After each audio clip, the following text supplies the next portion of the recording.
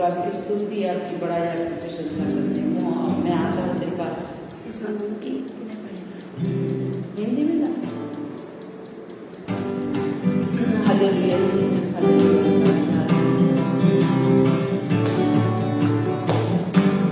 मैं आता हूँ तेरे पास, प्रभु यीशु मेरे मसीह, मेरे पापों के लिए उदार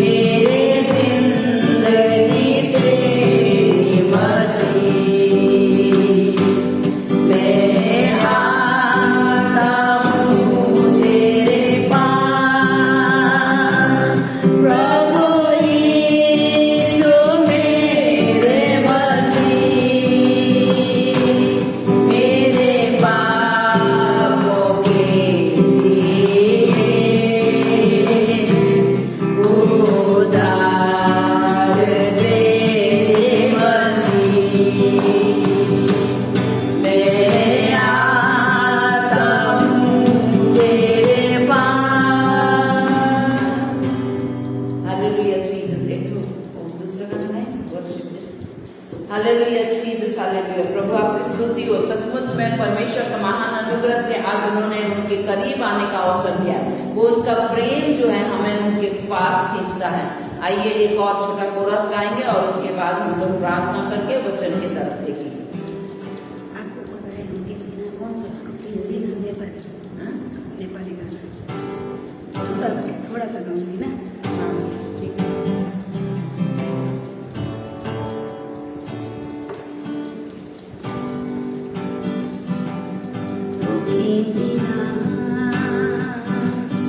गर्न तपाईलाई आराधना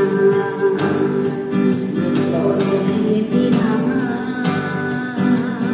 गर्न तपाईलाई आराधना आराधना आराधना आराधना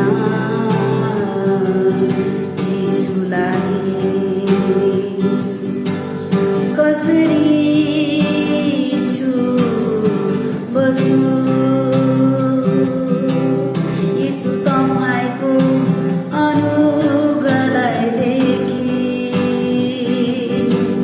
कसरी पछि अधुम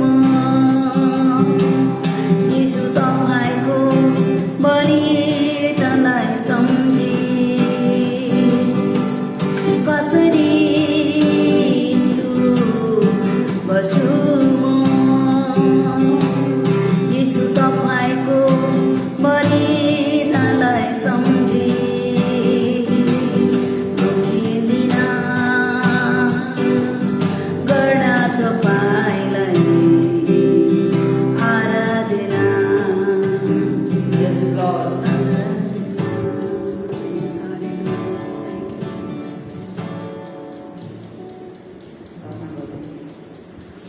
धन्यवाद सर्वशक्तिमान जिउँदो परमेश्वर पिता, प्रभु तपाईँलाई धेरै धेरै धन्यवाद दिन्छौँ। साँच्चै प्रभु तपाईँ कति महान हुनुहुन्छ। तपाईँ प्रभुको अनुग्रह र तपाईँको कृपा र तपाईँ परमेश्वरको उपकारहरू प्रभु हाम्रो जीवनमा अपार छ। यसैले प्रभु हामी तपाईँ परमेश्वरलाई जति पनि धन्यवाद दिन्छौँ प्रभु हामी सक्दैन, प्रभु हामी त्यसलाई गन्ती गर्न सक्दैनौँ। तपाईँको आशिषलाई तपाईँको उपकारहरूलाई प्रभु तपाईँलाई धन्यवाद छ। यसरी आजको दिनमा फेरि पनि तपाईँ परमेश्वरको छोराछोरीहरू प्रभु यो अनलाइनद्वारा प्रभु सेवाकायमा जुटिरहेको छ। प्रभु तपाईँ परमेश्वरले आज दिन प्रतिदिन उनीहरूको जीवनमा प्रभु तपाईँको महान आशिषले तपाईँले परिपूर्ण गर्नुहोस्। जतिले यो फेसबुक मार्फत जतिले प्रभु आशिषहरू पाइरहेको छ प्रभु धेरैजना आशिषित बनिरहेको छ। प्रभु हरेकलाई तपाईँ प्रभुले अनुग्रह गर्नुहोस्। धन्यवाद प्रभु सबै कुराको लागि। अनि यसरी यस सेवाकायको हरेक तपाईँको जनहरूलाई तपाईँको पवित्र छोरीहरूलाई आदरणीय गुरुजनहरूलाई प्रभु हामी तपाईँ परमेश्वरको हातमा राख्दछौँ। हरेकलाई तपाईँले अनुग्रह गर्नुहोस्। जो परमेश्वर यसरी हामीले छोटा आराधना प्रभु महिमा हामीले गरेका छौँ, जाने नजाने हामीले तपाईँलाई उचालेका छौँ। प्रभु तपाईँ परमेश्वर हामीसँग रहनुहोस् र तपाईँ परमेश्वर सधैँ नै महिमित बन्नुहोस् हाम्रो जीवनहरूद्वारा भन्दै येशू प्रभु तपाईँको पवित्र नाममा आउँछौँ। आमीन, आमीन। आप बैठेंगे कि नहीं? परमेश्वर को बहुत बहुत धन्यवाद। और मैं धन्यवाद देती हूँ हमारी सिस्टर एलिजाबेथ के लिए भी। परमेश्वर को बहुत बहुत धन्यवाद, उन्होंने बहुत सुंदर ढंग से वर्शिप किए हैं। परमेश्वर हमारा परमेश्वर जो हर परिस्थिति में स्तुति बड़ाई प्रशंसा पाने के योग्य परमेश्वर है, उनको बहुत बहुत धन्यवाद। Sister Aarti, God bless you. Sister Rupa, हादसा, हांसदा, गॉड ब्लेस यू। प्रभु आपको आशीष दे। Rohini sister, God bless you. और एक भाई भी थे नगेश बेलकर, और भी कौन कौन थे मैं नहीं जानती सबका नाम, लेकिन मैं परमेश्वर को बहुत बहुत धन्यवाद देती हूँ आप लोगों के आप लोगों ने जो ये अपना सुंदर समय दे के इसमें जुड़े हैं। प्रभु आप लोगों को बहुत आशीष दे। और आज का जो मैं टॉपिक इसमें लिख के दी हूँ कि चेक योरसेल्फ। हमें निरंतर अपने आप को जांचते रहना है कि हम कहाँ पर खड़े हैं। क्या हम लोग हमारा सोच विचार या बातचीत, हमारा काम जो है परमेश्वर की इच्छा के अनुसार है या मनुष्य की इच्छा के अनुसार या अपने इच्छा के अनुसार है।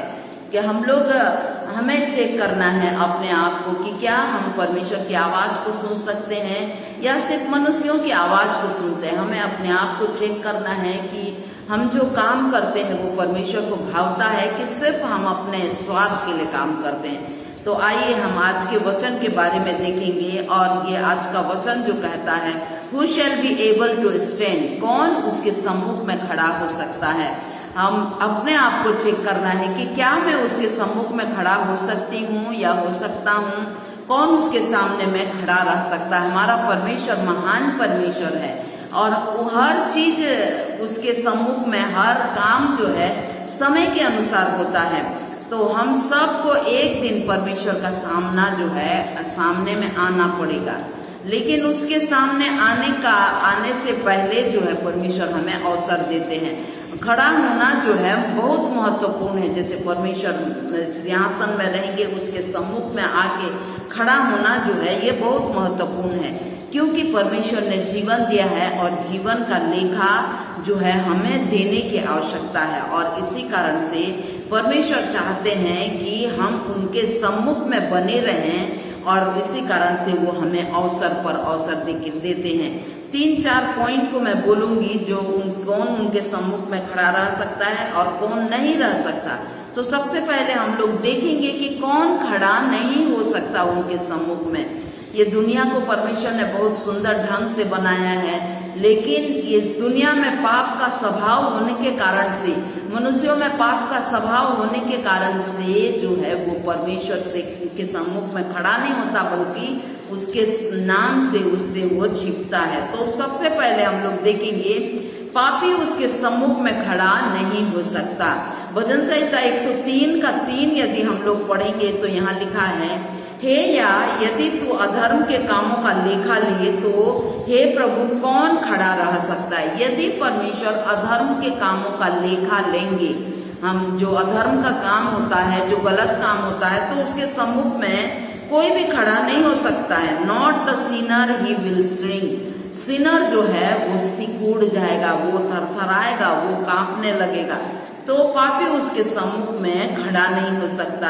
यदि हम लोग परमेश्वर के वचन को देखेंगे तो परमेश्वर का वचन हमें बोलता है कि सबने पाप किया और परमेश्वर की महिमा से रहित हो गया। लेकिन उसके बाद एक और वचन है, परंतु परमेश्वर का अनुग्रह जो है विश्वास के द्वारा हम सब धर्मी ठहरते हैं। और परमेश्वर की महिमा से जो रहित तो हो गया, परंतु उसके अनुग्रह से, परमेश्वर के महान अनुग्रह से विश्वास करने के द्वारा से हम धर्मी ठहरते हैं। ये इतना बड़ा काम परमेश्वर ने दिया है मनुष्यों के लिए, एक आसानी से करने के लिए। आज मनुष्य कठिन काम को सोचता है कि हाँ उससे शायद हमको मोक्ष मिल सकता है या शांति मिल सकता है या हम उस परमेश्वर के हमसे प्रसन्न हो सकता है यदि हम लोग बहुत जाएंगे और कहीं पे अलग अलग जगह में जाएंगे और फूल माला चढ़ाएंगे, दूध चढ़ाएंगे, फल मूल चढ़ाएंगे तो शायद परमेश्वर को प्रसन्नता हो सकती है, सोचते हैं। ये मनुष्य का वहम और उनका पापमय स्वभाव वैसे उनको गाइड करता है। लेकिन परमेश्वर का वचन साफ कहता है कि हम विश्वास करने के द्वारा से धर्मी ठहरते हैं। तो कितना आसान काम दिया है। आसान काम को मनुष्य नहीं करता है और कठिन काम को सोचता है। अपने शरीर को घायल करना सोचते हैं कि क्या यदि हम अपने शरीर को घायल करेंगे अपने आप से तो शायद परमेश्वर प्रसन्न होगा, सोचते हैं। लेकिन ऐसा नहीं है। यदि हम लोग परमेश्वर को विश्वास करते हैं, और विश्वास को कौन देख सकता है? मनुष्य हमारा मुख को देखता है, बाहरी रूप को देखता है, लेकिन विश्वास तो अंदर में होता है। उस विश्वास को परमेश्वर देखते हैं और हमें हमारे पापों से हमें क्षमा करते हैं और हमको इस लायक बनाते हैं कि हम परमेश्वर के सम्मुख में खड़े हो सकते हैं। एसरा नबी का किताब उसका 9वां अध्याय का 15 पद में लिखा है कि हे इस्राएल के परमेश्वर यहोवा, तू धर्मी है, हम बचकर मुक्त हुए हैं जैसे कि आज वर्तमान है। देख हम तेरे सामने दोषी हैं, इसी कारण कोई तेरे सामने खड़ा नहीं हो सकता। परंतु परमेश्वर ने अनुग्रह किया है और प्रभु यीशु मसीह को भेजा है। परमेश्वर का धन्यवाद कि प्रभु यीशु मसीह सिंहासन के सम्मुख में खड़े हुए हैं। जब स्तिफनुस को मारे पथरवा के स्तिफनुस को, इसलिए क्योंकि वो परमेश्वर का वचन सुनाता था। तब परमेश्वर ने उनकी आंखों को खोल दिया, वो मसीह यीशु का स्वभाव को प्रदर्शित किए और उन्होंने कहा कि मैं प्रभु यीशु मसीह को परमेश्वर के सिंहासन के सम्मुख में खड़ा हुआ देखता हूँ। तो प्रभु यीशु मसीह आज आपके लिए, हमारे लिए परमेश्वर के सम्मुख में खड़े रहते हैं, वो सिंहासन के सम्मुख में खड़े रहते हैं और निरंतर विनती करते रहते हैं कि हम उसके सम्मुख में एक दिन खड़े हो सकें। तो अपने आप को जांचना है अभी कि क्या हमारा जीवन परमेश्वर की इच्छा के अनुसार जीवन जी रहे हैं, क्या परमेश्वर की इच्छा के अनुसार हम काम कर रहे हैं, या फिर पिछली बातों को या पिछले पापों को लेकर के हम उसी में ध्यान और मग्न होके उसी के बारे में सोच रहे हैं। परमेश्वर चाहते हैं कि हम अपने आप को जांचें। हमें किसी और का न्याय नहीं करना है, बल्कि अपने आप को जांचना है कि क्या मैं अभी भी पापी के लाइन में हूँ। जब परमेश्वर ने मुझ पर अनुग्रह किया है, मनुष्य प्राणी को एक सुंदर जीवन जीने के लिए दिया है, तो क्या मैं विश्वास करके उसके सम्मुख में खड़ा होने के लायक बन रहा हूँ, या फिर मैं वही पाप की अवस्था में पड़े पड़े वो परमेश्वर के क्रोध को अपने जीवन में कमा रहा हूँ वाला स्थिति है करके अपने आप को जांचना है। आज परमेश्वर आपको और हमको मौका दिए हैं, ये मौका को हमें फायदा उठाना है और हमें जांचना है कि हम कहाँ पर खड़े हैं, पाप की जगह में खड़े हैं कि परमेश्वर के सम्मुख में खड़े होने के लायक अपने आप को बना रहे हैं। और दूसरा है कपटी। पहला जो है पापी उसके सम्मुख में खड़े नहीं हो सकेगा, दूसरा है कपटी उसके सम्मुख में खड़ा नहीं हो सकता। कपटी जो लोग कपटी है ना, वो परमेश्वर के सामने में खड़ा नहीं हो सकते। कपटी बोलने से मतलब चेहरे पर कुछ अलग भाव होगा और हृदय में कुछ अलग होगा। जैसे फरीसी और सदुकी लोग करते थे, वो प्रभु यीशु मसीह के सभा वचन को सुने, पर इसीलिए वो उपस्थित होते थे कि किसी न किसी रीति से वो मसीह यीशु के गलतियों को पकड़ सके। लेकिन मसीह यीशु का गलती को कौन पकड़ सकेगा? मसीह यीशु कौन है? वो परमेश्वर, स्वयं परमेश्वर का पुत्र है। थैंक गॉड, सॉरी ये डिस्कनेक्ट हो गया है। एक्चुअली में हम लोग के इधर में बहुत सुबह से लेके बहुत पानी गिर रहा था, अभी तो फिलहाल पानी नहीं गिरा, थैंक गॉड, लेकिन मौसम बहुत बदली और पानी गिरने के जैसे हालत हो गया है। इसी कारण से बार बार नेटवर्क का प्रॉब्लम चल रहा है। I am so sorry. Thank you very much pastor David Anthony मेरे साथ जुड़ने के लिए। Rohini sister again you came back and Rupa हादसा सिस्टर, गॉड ब्लेस यू। आइए हम लोग देखेंगे। तो पहले हम लोग देख रहे थे कि पापी उसके सम्मुख में खड़ा नहीं हो सकता और कपटी जो है उसके सम्मुख में, दूसरा है कि कपटी उसके सम्मुख में खड़ा नहीं हो सकता। कपटी का मैं समझा रही थी कि किसको कपटी बोलते हैं, जो मुंह में अलग भाव रखते हैं और हृदय में अलग बात का सोचते हैं वो लोग। जैसे फरीसी और सदुकी का मैं उदाहरण दे रही थी। तो यशायाह नबी का किताब उसका 33 का हम लोग 14 को पढ़ेंगे। यहाँ लिखा है, सिय्योन के पापी थरथरा गए, भक्तहीनों को कपकपी लग गई। हम में से कौन प्रचंड आग में रह सकता है? कौन उस आग में बना रह सकता है जो कभी न बुझेगी? परंतु बलवइयों और पापियों का एक संग नाश होगा और जिन्होंने यहोवा को त्यागा है उनका अंत हो जाएगा। इस प्रचंड अग्नि का सामना न करना पड़े, इसी कारण से परमेश्वर ने उपाय दिया है। और परमेश्वर चाहते हैं कि हम कपटी नहीं लेकिन सच्चा बने। प्रभु यीशु मसीह जब निकोदेमुस को देखे तब उन्होंने कहा कि देखो ये सच्चा इस्राएली है, इसके अंदर कोई कपट नहीं है। बोले उसके अंदर कपट नहीं है, मतलब प्रभु जानते हैं कि किसके अंदर कपट है और कौन सच्चा है। परमेश्वर कपट इंसान के अंदर, वो तो एक पापमय स्वभाव है, हो सकता है, लेकिन इस स्वभाव को हम लोग दूर कर सकते हैं। और वो कैसे दूर करेंगे? प्रभु यीशु मसीह पर विश्वास करके और जितना ज्यादा हम वचन पढ़ेंगे। वचन जो है एक ऐसा साफ करने वाला साफ करने वाला एक ऐसा चीज है जो हमें पवित्र बनाता है। मनुष्य तो उसके अंदर में तो दुनिया भर का कपट, दुनिया भर का पाप का स्वभाव रहता है, लेकिन जब हम वचन को निरंतर पढ़ते जाते हैं तो धीरे धीरे धीरे वो पाप में स्वभाव जो है हमारे अंदर से निकल कर जाता रहता है। पहले मैं अपने बारे में बोल रही हूँ, मैं बहुत झूठ बोलती थी और मैं बहुत नेगेटिव सोचती थी और बोलती भी थी, और कोई भी प्रभु में आने के बाद भी वो धीरे धीरे मेरे जीवन से खत्म हुआ। और इतना अनर्थ कल्पना होता था, तो कभी कभी रात को मैं सोने नहीं सकती थी और रात भर जगना पड़ता था। मेरे हस्बैंड बोलते थे कि रात को जब तुम जगी रहेगी तो दूसरों के लिए प्रार्थना करना, तो मैं वैसे करती थी और महीना मैं रात भर नहीं जगी। लेकिन मैं परमेश्वर को धन्यवाद देती हूँ कि उन्होंने दूसरा दिन सुबह भी मैं अच्छे से काम करती थी, कोई तकलीफें नहीं होता था, लेकिन उसके द्वारा से परमेश्वर ने मुझ पर अनुग्रह किया और धीरे धीरे मेरे वो गंदे मतलब वो अनर्थ कल्पना वाला सोच विचार परमेश्वर दूर किए। झूठी बात बोलने का जो आदत पड़ा हुआ था उसको परमेश्वर दूर किए, और जो गलत नेगेटिव, हर चीज में नेगेटिव आता था वो परमेश्वर ने मेरे जीवनों से दूर किए। और वो भी वचन को पढ़ के, मैं वचन को पढ़ने के लिए निरंतर उसमें लगातार ज्यादा से ज्यादा समय देने लगी। तो जब हम लोग अशुद्ध तो मनुष्य हैं, गंदे तो बन गए हैं, कीचड़ में से निकाला हुआ तो मनुष्य हैं, लेकिन एकमात्र परमेश्वर का वचन हमें धोकर साफ और शुद्ध करते हैं। इसीलिए दाऊद राजा बोलते हैं कि मैंने तेरे वचन को अपने हृदय में रख छोड़ा है कि मैं तेरे विरुद्ध पाप न करूं। कल भी लास्ट नाइट को मुझे कुछ गलत ही ऐसे नींद नहीं आई, शायद मेरा प्रेशर बढ़ गया था या कुछ है, मैं वैसे नहीं समझ रही हूँ कुछ गलत, लेकिन नींद नहीं आने के कारण से फिर मैं बीच रात को उठ के वचन को पढ़ने लगी, प्रार्थना करने लगी।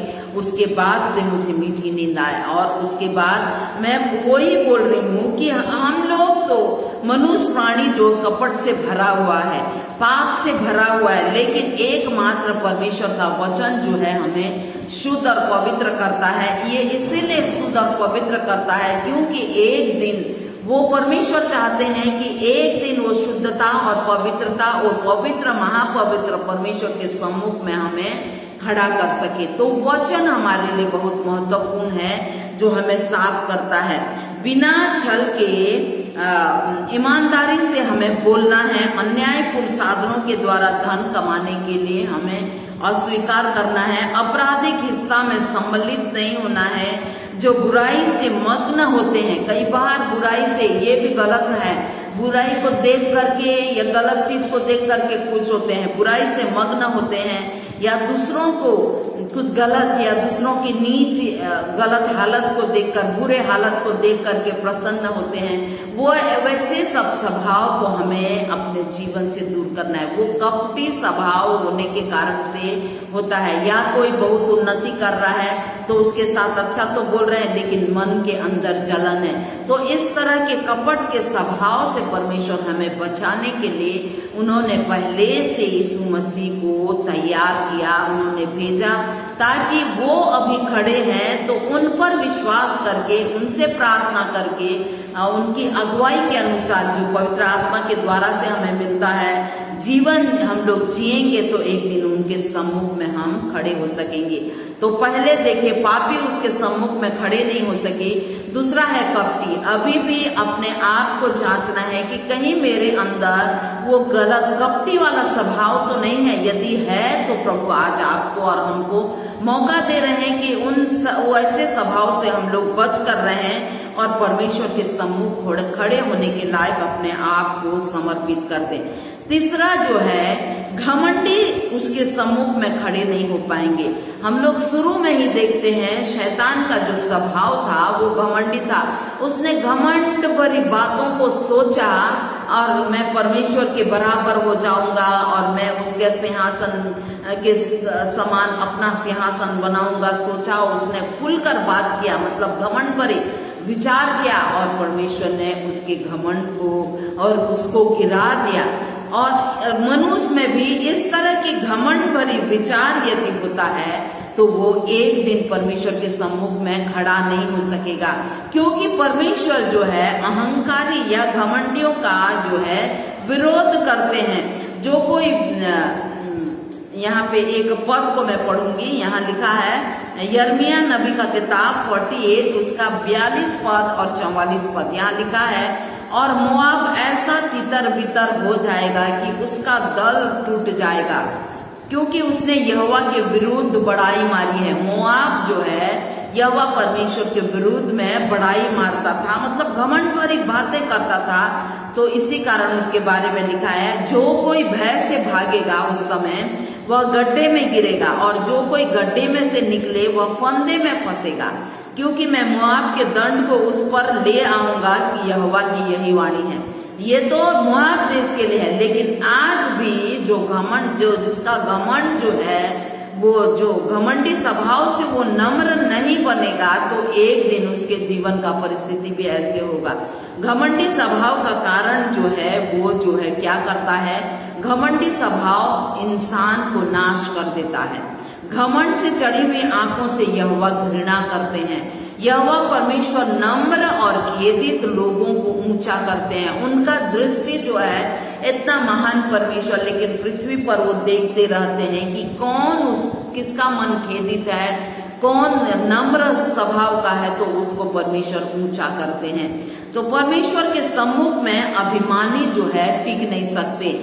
याकूब उसका 4:6 में लिखा है परमेश्वर अभिमानियों का विरोध करते हैं परंतु दीनों पर अनुग्रह करते हैं। तो यदि इस तरह का स्वभाव है, आज संसार जो है पाप में होने के कारण से हम लोग बच्चे के जीवन में उनके बातों से भी घमंड भरे बातों को देख सकते हैं। और कैसे घमंड भरे बातों, ओ मैं कर सकता हूँ, मैं ये कर सकता हूँ। क्यों, आज मैं कुछ दिन पहले मैं देख रही थी कि एक बच्ची जो है अपने पिताजी को नाम लेके बुला के इधर आ, वो कौन सा बात है, वो घमंड भरी बात है, वो प्राउडी बात है अपने पिताजी का नाम लेकर के बुलाना। क्योंकि हम लोग माता पिता का आदर करना है, परमेश्वर का वचन कहता है। और आदर कौन कर सकता है, जो नम्र स्वभाव का होता है वो आदर कर सकता है। और माँ बाप का कर्तव्य होता है कि हम अपने बच्चों को नम्रता पूर्वक रहने के लिए सिखाएं। कई बार मैं एक टीचर हूँ और कई बार पेरेंट्स लोग क्या सिखाते हैं अपने बच्चों को कि यदि तुम्हें कोई कुछ मारे तो बदले में तुम उसको थप्पड़ दे देना। क्या तुम उसको मार नहीं सके? क्या वो तुमको गाली दिया तो तुम गाली नहीं दे सके? ऐसा सिखाते हैं कई लोग। बल्कि हमें ये सिखाना है कि अपने टीचरों को रिपोर्ट करो, नहीं तो माफ कर दो। माफ के बारे में तो कोई सिखाते ही नहीं है, लेकिन परमेश्वर चाहते हैं। और माफ कौन करता है, एक दूसरे को माफ कौन करता है? जो नम्र स्वभाव का होता है वो माफ करता है, लेकिन जो घमंडी स्वभाव का होता है वो लोग बोलते हैं मैं तो इसको किसी भी हालत में माफ नहीं कर सकता, मैं जिंदगी भर इसके बात को भूल नहीं सकता, इस तरह का बात करते हैं। तो परमेश्वर चाहते हैं कि हम नम्र स्वभाव रखें। परमेश्वर नहीं चाहते कि घमंडी स्वभाव रख करके उसके सामने में ना आए, बल्कि एक बहुत बड़ी भयानक क्या बोलते हैं सजा का सामना करना पड़े, ये परमेश्वर नहीं चाहते। इसीलिए उन्होंने हमारे घमंड को दूर करने के लिए उन्होंने उपाय किया। और परमेश्वर का वचन जो है बहुत महत्वपूर्ण है। जब हम परमेश्वर का वचन को पढ़ते हैं तो ये हमें नम्र बनने के लिए आशीष देते हैं। धन्य है वे जो नम्र है, क्योंकि वे पृथ्वी के अधिकारी होंगे। इस पृथ्वी के नहीं, परमेश्वर नया स्वर्ग और पृथ्वी बनाने वाला है। तो पृथ्वी के अधिकारी, इस पृथ्वी में भी यदि हम लोग देखें तो वही लोग जो है ऊंचे पद पर रहते हैं, जो लोग नम्र स्वभाव के होते हैं। लेकिन जब उनके अंदर घमंड आ जाता है, हम लोग एक बाइबल में एक बहुत अच्छा एक राजा के बारे में देखते हैं, हिजकिय्याह राजा। वो बहुत पहले बहुत अच्छा था, नम्र स्वभाव का था। वो बीमार होके वो प्रार्थना किया, चंगाई मिला, लेकिन उसके अंदर एक दिन छत में टहल के वो बोल रहा था क्या इतना बड़ा सब कुछ मेरा नहीं है, मैंने क्या, मेरे समय में ये अच्छा नहीं हुआ।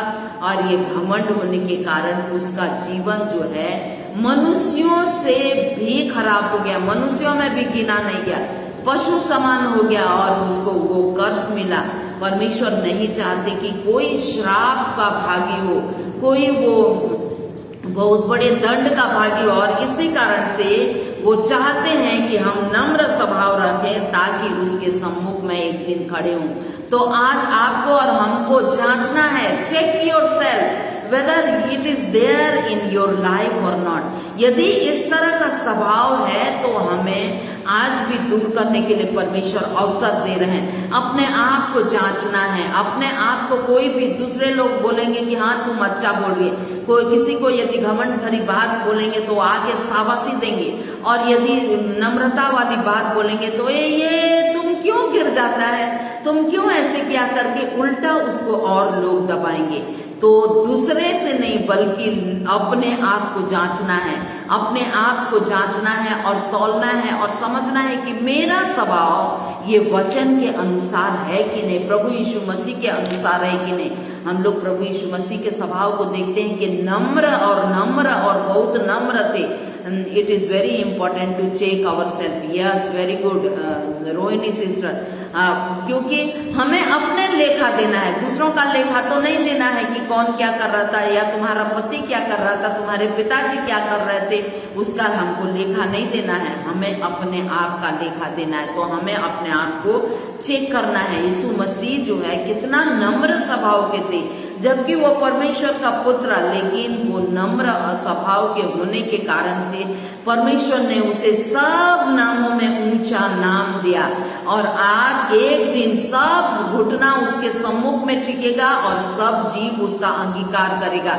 अभी तो बहुत सारा जीव उसको नहीं मानते, लेकिन थरथराते और कांपते हुए सब जीव एक दिन ये स्वीकार करेगा कि यीशु ही प्रभु है करके। उस समय काफी देर हो जाएगा, लेकिन आज परमेश्वर चाहते हैं कि आज हम स्वीकार कर लें यीशु ही प्रभु है करके, और उनके स्वभाव को, वो नम्रता स्वभाव को अपने जीवन में ले लें। और इसी कारण से प्रभु यीशु मसीह परमेश्वर के सिंहासन के सम्मुख में खड़े हैं कि आज आपको और हमको ले जाके उसके सम्मुख में खड़ा करें। चौथा है, पहला हम लोग देखे कि एक पापी जो है उसके सम्मुख में खड़ा नहीं हो सकता, कपटी उसके सम्मुख में खड़ा नहीं हो सकता, घमंडी उसके सम्मुख में खड़ा नहीं हो सकता। तो और चौथा जो है, धनी और सामर्थी भी उसके सम्मुख में खड़े नहीं हो सकते। जो बहुत धनवान है, आप अपने धन के ऊपर घमंड करते हैं, धन पर भरोसा करते हैं, वो धनी भी और सामर्थी जो पावरफुल है उसके सम्मुख में खड़े नहीं हो सकते। वे छिप जाएंगे, लिखा है। यह हम लोग रेवलेशन प्रकाशित वाक्य 6 का 15 और 16 पढ़ेंगे। तब पृथ्वी के राजा, देखिए पृथ्वी के राजा और प्रधान और सरदार और धनवान और सामर्थी लोग और हरेक दास और हरेक स्वतंत्र पहाड़ों की खोह में और चट्टानों में जा छिपे और पहाड़ों और चट्टानों से कहने लगे, हम पर गिर पड़ो और हमें उसके मुंह से जो सिंहासन पर बैठा है मेमने के प्रकोप से छिपा लो, जो इस संसार में महत्वपूर्ण माने जाते हैं। संसार की दृष्टि में जो महत्वपूर्ण माने जाते हैं, संसार की दृष्टि में जो धनवान है, जो प्रभु यीशु मसीह को ग्रहण करके उसके अनुसार चलते हैं, यदि परमेश्वर उनको धनवान बनाता है तो वो हमेशा हम्बल ही रहते हैं। हम लोग अय्यूब के जीवन में देखते हैं, वो धनवान था लेकिन वो परमेश्वर का भय मानने वाला था और उसके जीवन में बहुत बड़ा परेशानी आया, तकलीफ आया, लेकिन उसने इनकार नहीं किया। इसीलिए परमेश्वर ने दुगुना धन से उसे आशीषित किया। हम लोग अब्राहम के जीवन में देखते हैं, वो बहुत धनवान था लेकिन उसने कभी इनकार नहीं किया, क्योंकि वो धन होने के बावजूद भी उसके अंदर परमेश्वर का स्वभाव था और विश्वास करने के कारण से, परमेश्वर पर विश्वास करने के कारण से परमेश्वर ने उसे विश्वासियों का पिता बनाया और उन्हें आशीष दिया। और परमेश्वर के तरफ से आया हुआ धन, उसमें कोई दुख नहीं होता है, बल्कि वो परमेश्वर की महिमा का कारण होता है। धन, महिमा, सामर्थ, वो सब परमेश्वर की महिमा का कारण होता है। लेकिन जो ये संसार के धनवान है, संसार की दृष्टि से धनवान है, उस धनी के बारे में बोल रहा है। तो वो धनवान जो है और जो कोई प्रतापी, जो संसार की दृष्टि में है, वो महान, परमेश्वर के सम्मुख में वो लोग खड़े नहीं हो सकते। वो दिन भयानक होगा जब उसका प्रकोप जो है मनुष्यों के ऊपर आएगा, लेकिन उस प्रकोप के दिन से बचाने से, वो दिन में प्रवेश न करें कोई भी इंसान, इसके लिए परमेश्वर मौका देते हैं ताकि हम अपने आप को चेक कर लें कि हमारा पोजीशन कहाँ पर है, क्या हमारा घमंड भरी बातें हैं? क्या हम वो धन के पीछे, यदि धनवान है तो धन पर ही भरोसा करने वाले तो नहीं है। प्रभु यीशु मसीह ने एक धनवान का बहुत अच्छा से उदाहरण दिए थे। स्वर्ग राज्य में प्रवेश करने के लिए ऊंट का सुई के नाके से वो पार हो जाना सहज है, लेकिन एक धनवान का, ये संसार के धनवान का जो धन पर भरोसा रखते हैं, वैसे धनवान का स्वर्ग राज्य में प्रवेश करना बहुत कठिन है करके उन्होंने उदाहरण दे के समझाए थे। तो इसी कारण से धन जो है वो पाप नहीं है, लेकिन धन का लोभ जो है, धन है, हाँ जी, थैंक यू, धन का जो लोभ है, वो लोभ होने के कारण से तो मनुष्य पाप करता है। धन या थोड़ा पैसा कमाता, और पैसा कमाए और पैसा कमाए, और उसके बाद लोभ होता है, ओ मैं ऐसा हूँ, फिर गरीबों की तरफ दृष्टि नहीं करना, किसी की सहायता करने में आगे नहीं बढ़ना, और अपने धन पर भरोसा करना, वो मेरा कुछ हो जाने पर, वो मेरे पास है ना पैसा, मैं जाऊंगा, वहां जाऊंगा, यहाँ जाऊंगा, ये करूंगा, वो करूंगा, पर उनका बात और टोन भी चेंज हो जाता है। तो हम लोग देखते हैं इसी कारण से परमेश्वर का वचन कहता है कि जो ये संसार के धनवान हैं, जो सामर्थी हैं, और जो कुछ समझे जाते हैं, प्रधान जो सरदार हैं, वो उसके सम्मुख में खड़े नहीं हो सकेंगे। ये सब भी उसके सम्मुख में खड़े होकर के सबको परमेश्वर मौका देते हैं।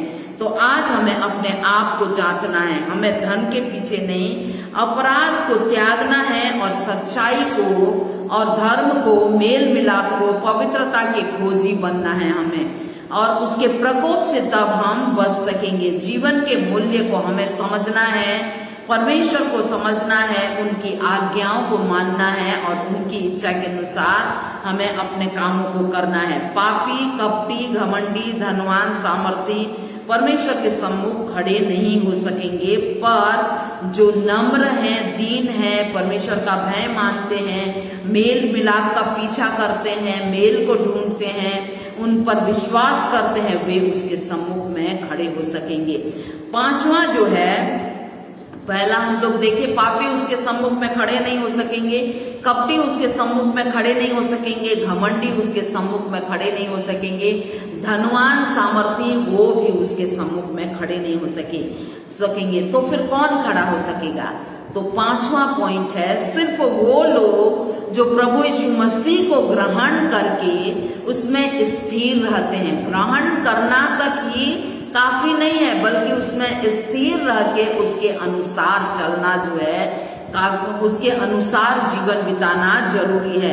वे ही परमेश्वर के सम्मुख में खड़े रह सकते हैं, क्योंकि जो लोग प्रभु को ग्रहण कर लेंगे, परमेश्वर के वचन को पढ़ेंगे, उनकी इच्छा के अनुसार जीवन बिताने के लिए अपने आप को समर्पित करेंगे, तो धीरे धीरे उनके अंदर प्रभु यीशु मसीह का स्वभाव आते रहेगा।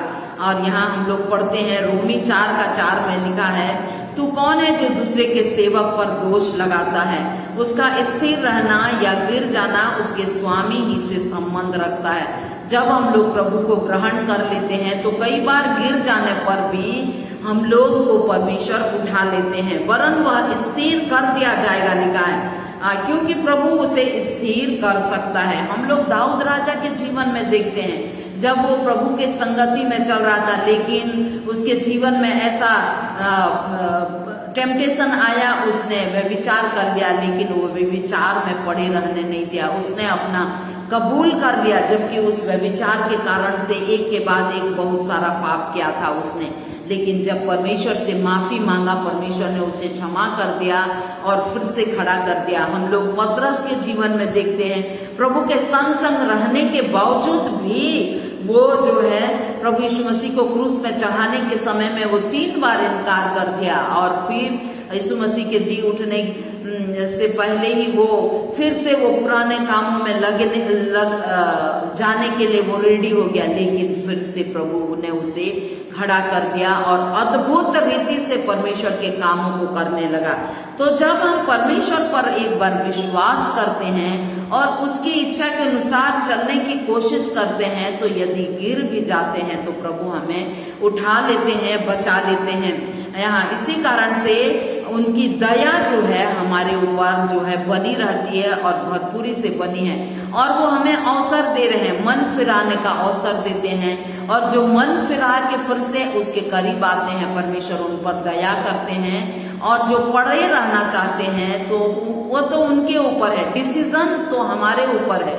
इसीलिए अपने आप को चेक करना है, उनकी इच्छा के अनुसार अपने जीवन को बदलना है। हमें व्यर्थ अपने परमेश्वर के अनुग्रह को हमें गलत रीति से नहीं लेना है, उनके अनुग्रह का हमें आभारी होना है। अनुग्रह किया है तो हमें उस अनुग्रह के कारण से उनके सम्मुख में नम्रता और दीनता पूर्वक रहना है।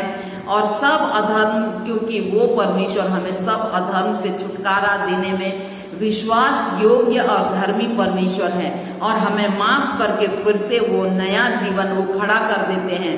बल्कि मन फिराने से और पश्चाताप करने से परमेश्वर को प्रसन्नता होती है, स्वर्ग में प्रसन्नता मनाया जाता है, और स्वर्गदूत प्रसन्न होते हैं, प्रभु स्वयं प्रसन्न होते हैं, क्योंकि हम उनके बनाए हुए, उनके सृष्टि हैं। और यदि हम गलत करते हैं तो परमेश्वर दुखी होते हैं। इसीलिए बाइबल में लिखा है, मैं दुष्ट के मरने से प्रसन्न नहीं होता, बल्कि वो मन फिराता है तो वो परमेश्वर को प्रसन्नता होती है। तो आज परमेश्वर अपने आप को चेक करने के लिए हमें अवसर दे रहे हैं। परमेश्वर चाहते हैं कि हम अपने आप को चेक करें, जांचें कि हम कहाँ पर हैं। यदि किसी कारणवश हमें यदि कोई बात डिस्टर्ब कर रहा है वचन को पढ़ने के लिए, हमें जांचना है कि कहीं मेरे अंदर पिछले कुछ पाप का स्वभाव तो नहीं है। यदि है तो प्रभु से माफी मांग लेना है और अपने स्वभाव, अपने आदत को परिवर्तन करना है। यदि देर से उठने का आदत है तो परमेश्वर से प्रार्थना करना है, प्रभु हमें जल्दी उठने के लिए आशीष दीजिए कि आपके वचन को पढ़ें। वचन को नहीं पढ़ने का आदत है तो परमेश्वर से प्रार्थना करें, प्रभु आपके वचन को पढ़ने के लिए मुझे आशीष दीजिए।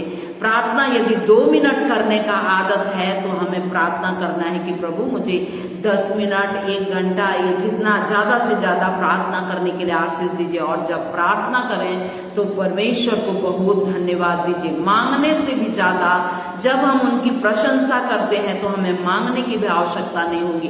परमेश्वर की प्रशंसा करते रहिए। परमेश्वर प्रशंसा के योग्य परमेश्वर है, सब कुछ देख रहे हैं। परमेश्वर आपको धन्यवाद, आपकी महिमा हो। मैं मुझे बनाने के लिए आपको धन्यवाद, सुंदर जीवन देने के लिए धन्यवाद, हवा के लिए धन्यवाद। हम लोग कई बार इन सारे चीजों के लिए धन्यवाद नहीं देते, लेकिन परमेश्वर चाहते हैं कि हम उनके उपकारों को न भूलें, बल्कि स्मरण करके हम उनकी प्रशंसा करें। आप महान परमेश्वर, आपको धन्यवाद। आप सृष्टिकर्ता, आपको धन्यवाद, आपकी स्तुति हो।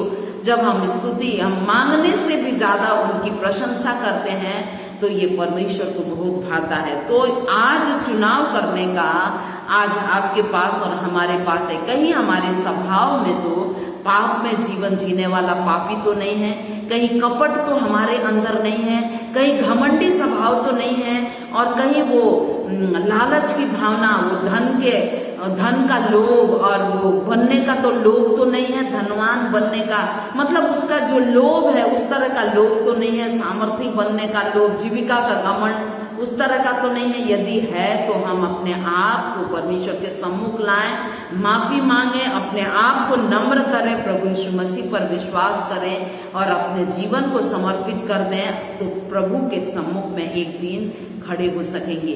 क्योंकि परमेश्वर के सम्मुख में तो जाना ही जाना है, और जो नहीं जाएगा उसको तो नर्क में जाना पड़ेगा। लेकिन प्रभु नहीं चाहते कि कोई नर्क में जाए, इसी कारण वो चाहते हैं कि हम उसके सम्मुख में बने रहें। और यीशु मसीह पहले जा, यहाँ से यीशु मसीह पहले जाए, मेरे पास से जा, एक कुत्ता आया। यीशु मसीह पहले आपके और हमारे लिए परमेश्वर के सम्मुख में खड़े, जा यहाँ से जा, पहले से खड़े हैं ताकि आपको और हमको उसके सम्मुख में खड़ा कर सकें। प्रभु हम सभी को इस वचन के द्वारा से आशीष दे और बलवंत करे, विश्वास में, वचन पढ़ने में, प्रार्थना करने में, उनके स्वभाव और स्वरूप में बदलते रहने में आशीष दे। आइए हम लोग प्रार्थना करेंगे और परमेश्वर को धन्यवाद देंगे। Hallelujah, Jesus, hallelujah. Lord, we praise your name, O Lord. We worship you. We exalt your name, we glorify thy name. प्रभु आपको कोटि कोटि धन्यवाद, आपकी महिमा स्तुति बड़ाई प्रशंसा करते हैं, विनती प्रार्थना करते हैं प्रभु। सुंदर समय आपने दिया, वचन आपने दिया प्रभु कि सचमुच में आप नहीं चाहते कि कोई आपसे दूर रहे, आप नहीं चाहते कि कोई किसी को आपके क्रोध का सामना करना पड़े, इसीलिए आपने प्रभु यीशु मसीह को भेजा कि वो आपके सिंहासन के सम्मुख में खड़े हों, कि एक दिन हमें भी उसके सम्मुख में खड़ा कर सके। आप कितना महान और प्रेमी परमेश्वर हैं प्रभु। हम अपने आप को जांचने के लिए अभी हम सभी को अवसर दीजिए, और यदि किसी तरह से पाप में स्वभाव है तो वो दूर हो जाए प्रभु। किसी तरह से कपट की बातचीत है और कपट में स्वभाव है तो दूर हो जाए। किसी भी तरह से प्रभु घमंडी स्वभाव और बातचीत है तो वो दूर हो जाए प्रभु जी। और यदि किसी भी तरह से वो लोभ है, जीविका का घमंड का बातचीत है तो प्रभु, और उस तरह के काम है तो वो भी दूर हो जाए, बल्कि हम नम्रता और दीनता पूर्वक प्रभु यीशु मसीह पर विश्वास करते हुए उसके सम्मुख में बने रहें, कि निरंतर उसके स्वरूप और समानता में बदलते हुए एक दिन आपके सिंहासन के सम्मुख में खड़े हो सकें। धन्यवाद प्रभु सुंदर समय देने के लिए। हमारे साथ जुड़े हमारे प्रिय मित्र लोग हैं प्रभु जी, हम धन्यवाद देते हैं सिस्टर रूपा के लिए, आरती सिस्टर के लिए, और फिर रोहिणी सिस्टर के लिए धन्यवाद देते हैं, विनीता के लिए हम धन्यवाद देते हैं। प्रभु ने आशीष दीजिए जहाँ कहीं भी ये बहन लोग हैं प्रभु जी, और भाई लोग जो लोग हमारे साथ जुड़ते हैं, उन्हें ज्योति के समान इस्तेमाल होने के लिए आशीष दीजिए प्रभु।